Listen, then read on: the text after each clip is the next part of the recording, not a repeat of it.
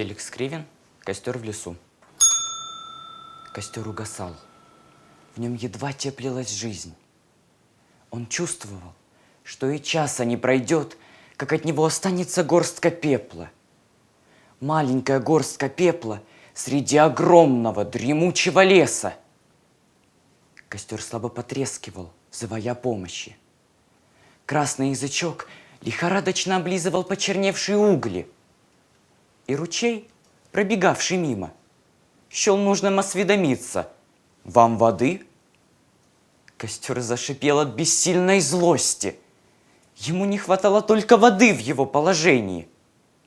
Очевидно, поняв неуместность своего вопроса, ручей прожурчал какие-то извинения и заспешил прочь.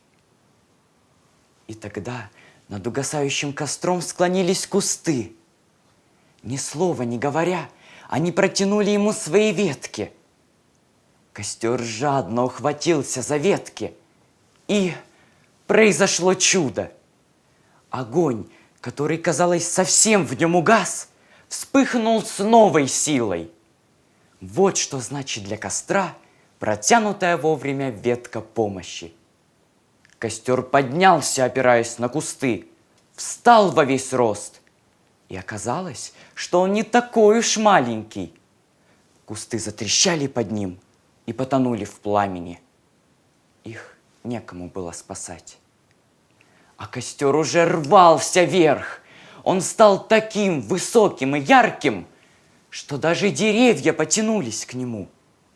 Одни восхищенные его красотой, другие просто, чтобы погреть руки.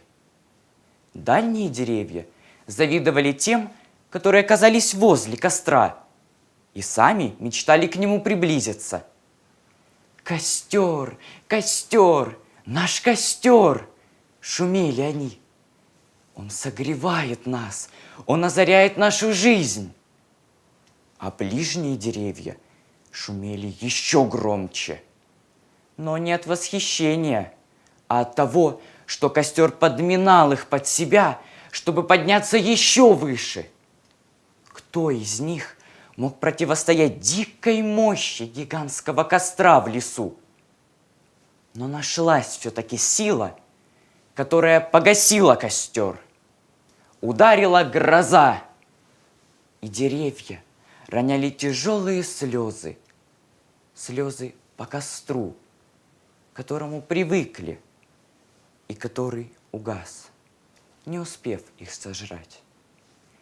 И только позже, гораздо позже, когда высохли слезы, они разглядели огромное черное пепелище на том месте, где бушевал костер. Нет, не костер, пожар, лесной пожар, страшное стихийное бедствие.